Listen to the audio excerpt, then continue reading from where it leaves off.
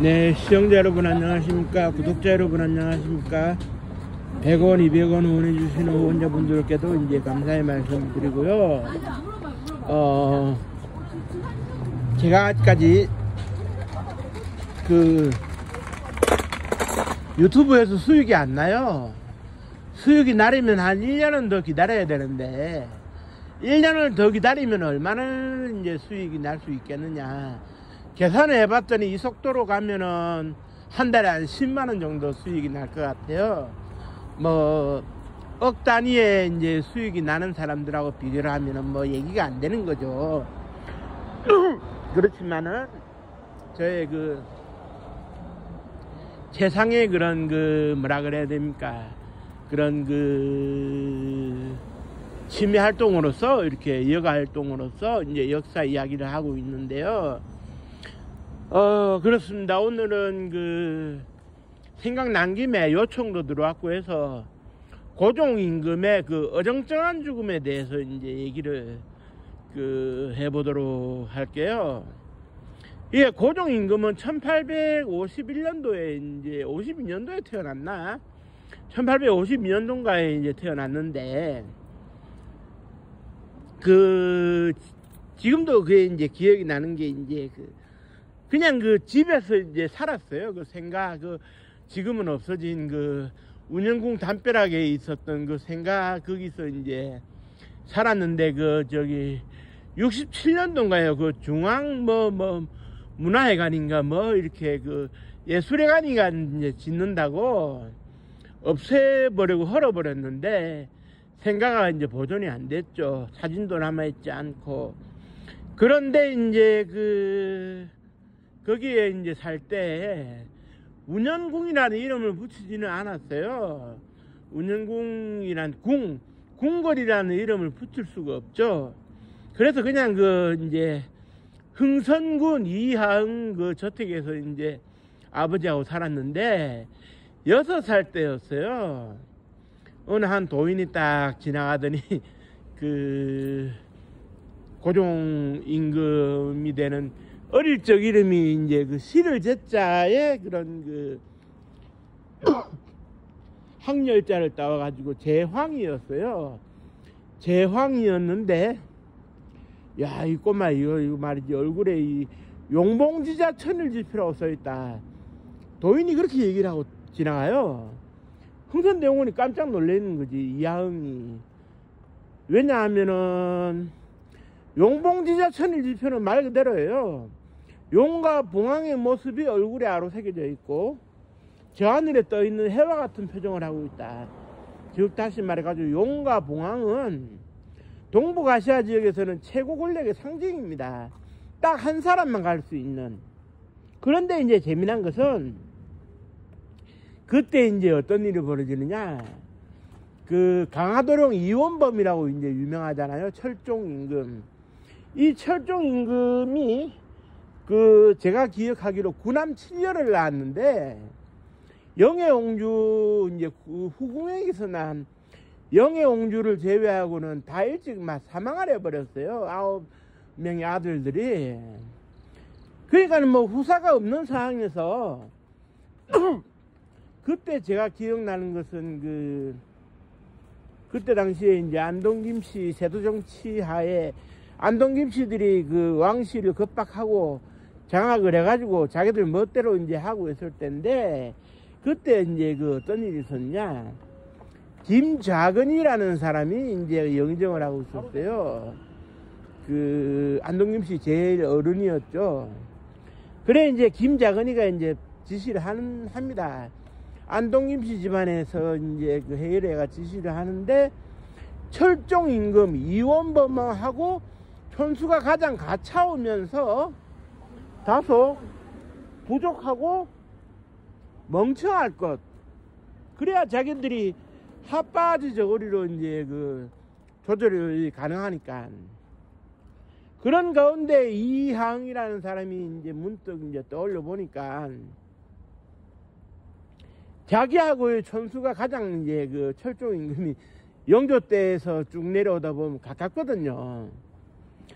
그래 이제 자기가 가장 촌수가 가차오니까 왕이 될 수 있을 것 같아 보여도 자기가 임금이 되면 하루아침에 나라가 격변이 일어나고 여기저기가 들쑤실 것 같으니까 자기가 아닌 아들을 내세우기로 결정을 합니다. 그래서 이제 자기 아들이 이제 철종 이원범하고는 칠촌이에요. 그러니까 이제 아들들이 이제 철종 임금을 칠촌 아저씨라고 부르면 되는 건데,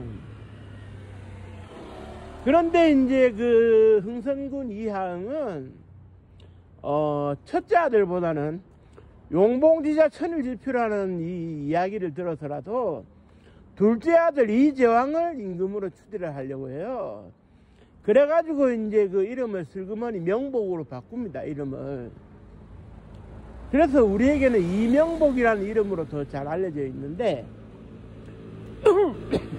안동김씨 세도정치도 끝내야 되겠고 풍양조씨를 다시 이렇게 세워야 되는 대왕대비 조씨는 흥선군과 결탁을 해가지고 기습적으로 합법적으로 절차를 거쳐가지고 이명복을 임금으로 앉히니까 이제 그분이 26대 고종이에요.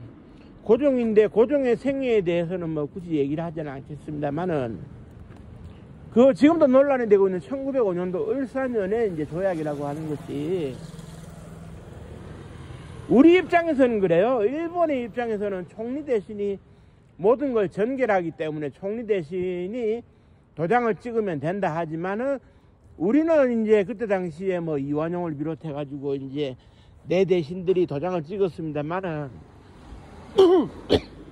고종 임금이 도장을 찍질 않았거든요. 그러니까 고종 임금이 도장을 찍지 않은 거에 대해 가지고 공란으로 비워둔 거에 대해 가지고는 우리는 조약의 불법성이나 무효를 주장할 수는 있어요. 그런데 이제 국제법적으로 보면 이 조약이 강압에 의해서 맺어진 거는 맞지만 효력이 발생하느냐의 문제에 있어서는 효력이 발생한다라고 주장하는 쪽도 있고 효력이 발생하지 않는다는 주장도 있어요.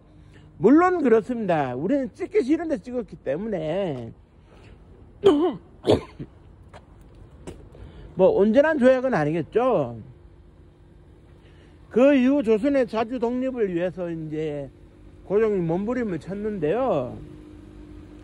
폐위되고 난 이후에 이제 조선이 망하고 일제 강점하 강제하던 억압 속에서 이제 덕수궁 이왕으로 이태왕으로 살아갈 때 1919년 1월 달에 왜 죽었느냐?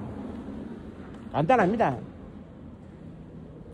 1917년도에 파리 강화조약이 맺어져 가지고 제1차 세계대전이 종결이 됐어요. 그래서 이제 독일을 어마어마하게 징벌을 하고 하는 과정을 거치면서 윌슨 대통령이 이제 미국의 이제 대통령이죠. 그 사람이 민족 자결주의를 내세워 가지고 억압받고 있는 식민 지배 민족들에 대한 독립을 주창을 해요. 그러니까 이제 독립의 당위성에 대해 가지고 이제 역설을 하니까 우리도 독립이 가능한 거 아니냐 이런 생각을 하게 될 텐데, 요 분위기에서 일본의 그런 정부의 입장에서는 고종에게 이제 서명을 강요를 하는 거죠. 일한 간에 우호 친선 관계가 유지되고 있고 식민 지배에 아주 만족을 하고 있고 통치에 만족을 하고 있다는 내용의 문서에 서명을 해라. 그 고종은 당연히 서명할 수가 없죠. 만국으로 간 왕이지만 마지막 자존심이 남아있는데 죽어서 25명의 선대왕을 어떻게 만나려고. 그래서 자기는 거부를 했어요. 그런데 여기서 가장 결정적인 거는 뭐라고 봐야 되느냐 하면, 그때 당시에 이제 동농 김가진 선생이 이제 일제에 자기를 받았습니다만은 이 도망을 가가지고 이제 상해 임시정부에 뒤에 합류를 하게 되는데 그때 이제 이미 이제 우리는 이제 1918년도에 무오년, 그러니까 기민년의 한 해 앞선 무오년에 이제 독립선언서가 이제 발표가 됐거든요. 대종교인들이 중심이 돼가지고 39인이 독립선언서를 발표를 했는데 상당히 전투적인 내용의 이제 그 독립선언서, 무호 독립선언서가 그 중앙당 선언이라 해가지고 발표가 되는데 요 이후에 그 독립운동 세력들이 모여가지고 임시정부를 구성해서 독립의 거점을 삼고 뭔가 전 세계적으로 인정받을 수 있도록 해보자. 그런 가운데 이제 임시정부의 수장이 누가 되느냐. 그때 뭐 이승만이라든지 도산 안창호라든지 신채호 저 선생 뭐 신규식 뭐 박은식 많았습니다만은 고종 임금이 덕수궁에 유폐되어 있는데 이분을 빼내와 가지고 모셔와 가지고 그 임시정부의 수장으로 삼으면 조선왕조의 법통도 이어지고 명분이 있다. 거기에다가 고종 임금도 이러한 분위기에 편승을 해가지고 도망을 가려고 했어요. 덕수궁을 몰래 빠져나가서 만주로 가고 싶어 했어요. 새로운 임시정부를 구성하기 위해서. 그러니까 일본이 이걸 가만두고 볼 수 없잖아요.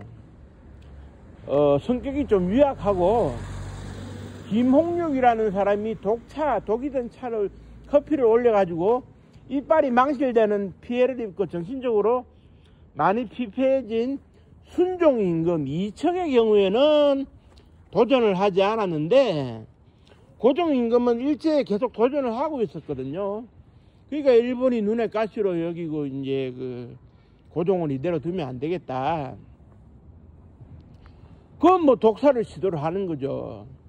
그래 이제 등장하는 인물이 그 한상학, 그러니까 이제 왕실에 물자를 공급해주는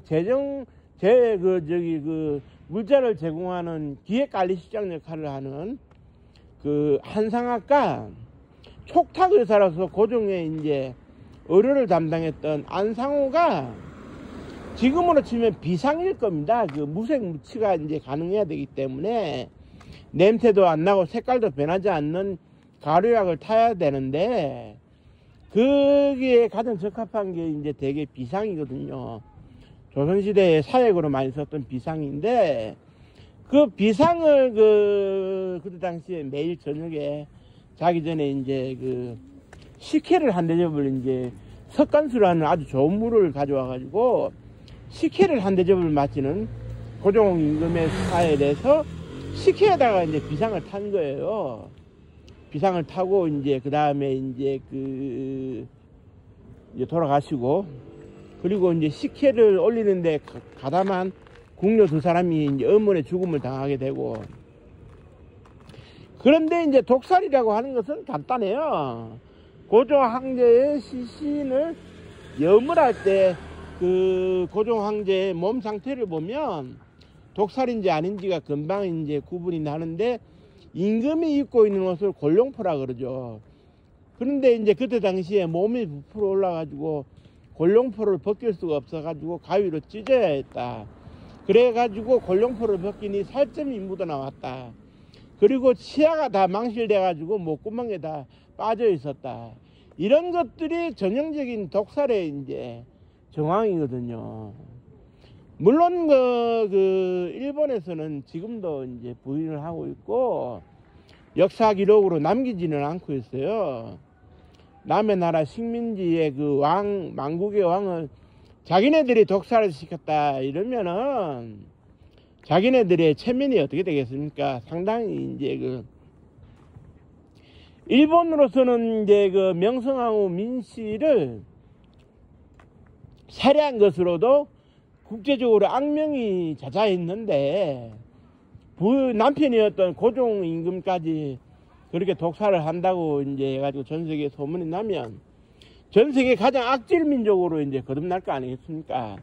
과거 스페인이 그런 피사로 이런 사람들이 이제 나서가지고 이제 아즈텍 그 다음에 마야 잉카를 점령해가지고 왕들을 죽이고 할 때 그런 악습이 되풀이 되는 거기 때문에 상당히 일본은 조심스러울 수밖에 없죠. 그래 그때 신문에 내일혈 뇌출혈 비슷하게 사망을 했다고 하지만 전체적인 시신 상태는 깨끗했거든요. 뇌에 아무런 이상이 없었고. 그래 이제 윤치호, 여기에 주인공이 윤치호 선생마저도 한상학과 안상호의 이름을 거론하면서 여기에다가 이제 독살 가능성에 대해서 썼는데, 그때 당시에 우리의 국력이 그 뭐 일떠서지를 못하니까 독살에 대해서 뭐 얘기도 못하는 거고, 물론 얘기를 안 한 건 아니에요. 김년 3월 1일 정오, 터지자 밀물 같은 대한독립만세, 바로 3.1 운동으로 이어지긴 했어요. 그런데 이제 3.1 운동이라고 하는 것은 결국 이렇게 봐야 됩니다. 우리가 억눌려 있던 심정 하에서 고종 임금의 어설픈 죽음이 기폭제가 된 건 사실인데, 원래 그 들고 일어나려고 했었어요. 국민들 사이에서. 시기가 딱 그렇게 맞아 떨어진 거지. 그리고 이미 우리는 그 무호 독립선언을 1918년 2월 달에 함으로써 일제 독립선포를 먼저 한 사실도 있고, 그 다음에 이제 동경의 28선언이라 그래가지고 1919년 동경 유학생들이 28 독립선언을 또 한 사실이 있고, 그러니까 3.1 운동은 거대하게 일어난 건 사실이고, 유관순 열사를 이제 탄생시켰지만 이게 후발주자예요, 후발주자. 그래서 이제 고종 임금이 당하는 모습을 보고 더 이상은 안 되겠다, 참지 말자 해서 일어난 건데,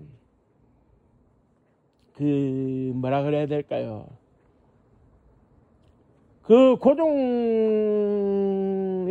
이제 그 뭐 간단합니다. 지금이라도 그 홍릉 그 금곡에 있는 그 경기도 이제 그 저기 남양주인가요? 그 금곡에 이제 있는 홍릉에 가서 시신을 이제 지금은 썩고 이제 그 뼈만 남았겠지만 검사를 해보다 보면 사인도 밝힐 수 있고 독극물 어쩌고저쩌고도 이제 얘기가 되어질 가능성은 조금 있는데, 굳이 그 임금의 시신을 다시 끄집어낸다는 거는 후손들로서 역사계에서도 이제 이건 또 말이 안 되는 얘기고, 그러니까 이제 그 부분은 조심스럽습니다만은 뭐 이미 뭐 독살로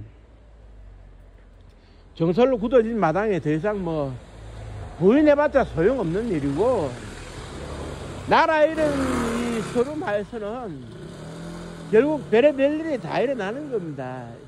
이거보다 더한 일도 많이 일어났어요. 그 저기 아프리카나 이런 식민지 국가들에서는. 그래서 독립정치, 나라를 새롭게 이끌어 나간다는 게 그만큼 소중하다는 거예요. 결국 역사는 지난날을 통해서 미래를 내다보는 거울이라고 했는데, 앞으로 이런 불행이 일어나면 안 되겠죠. 그래서 고종 황제의 이제 죽음을 다시금 되새김질 해봐야 된다, 이 얘기입니다. 억울한 죽음이 다시 일어나지는 않도록. 물론 뭐 고종 임금의 공과 과에 대해서 많은 얘기가 있고, 망국에 대처하지 못했다는 뭐 민씨 척족들의 그런 전행에 대처하지 못했다는 뭐 이런 뭐 얘기도 있습니다만은, 그래도 우리나라의 그 40몇 년을 제위한 왕이었는데, 그런 왕을 우리가 이제 폄하할 수만은 없지 않겠습니까? 그래도 우리의 살아있는 역사인데, 저 개인적으로는 그래도 고종 황제의 억울한 죽음의 명복을 빌어드리고 싶네요. 역사가 또렷이 살아있는 한 죽음의 의미는 계속 이어질 것이고, 누구도 외면하지는 않을 거예요. 그 당시에 이제 발굴되지 못한 기록이 남아있는 것들도 많이 있을 거고, 곤도 시로스케 같은 그런 그때 당시에 그 이황직에서 근무했던 사람들 같은 경우에 몰래 기록을 남겨놨을 가능성이 있어요. 물론 뭐 곤도 시로스케의 경우에는 이황직의 이제 그 책임자로서 이제 그 자기도 모르는 사이에 고종 임금이 사망을 했다 이래가지고 자기도 당황스러웠다 이렇게 이제 얘기가 되어지고 있습니다만은, 언젠가 기록이 발굴되면 더 정확하게 알 수가 있을 거라고 생각하고요. 기록이 또 나타나는 게 있으면은 제가 추가로 방송을 해서 여러분들께 알려드릴 수 있도록 하겠습니다. 요즘 날씨가 매우 추운데요. 감기 조심하시고 독감 예방주사 꼭 맞으시기 바랍니다. 고맙습니다. 감사합니다.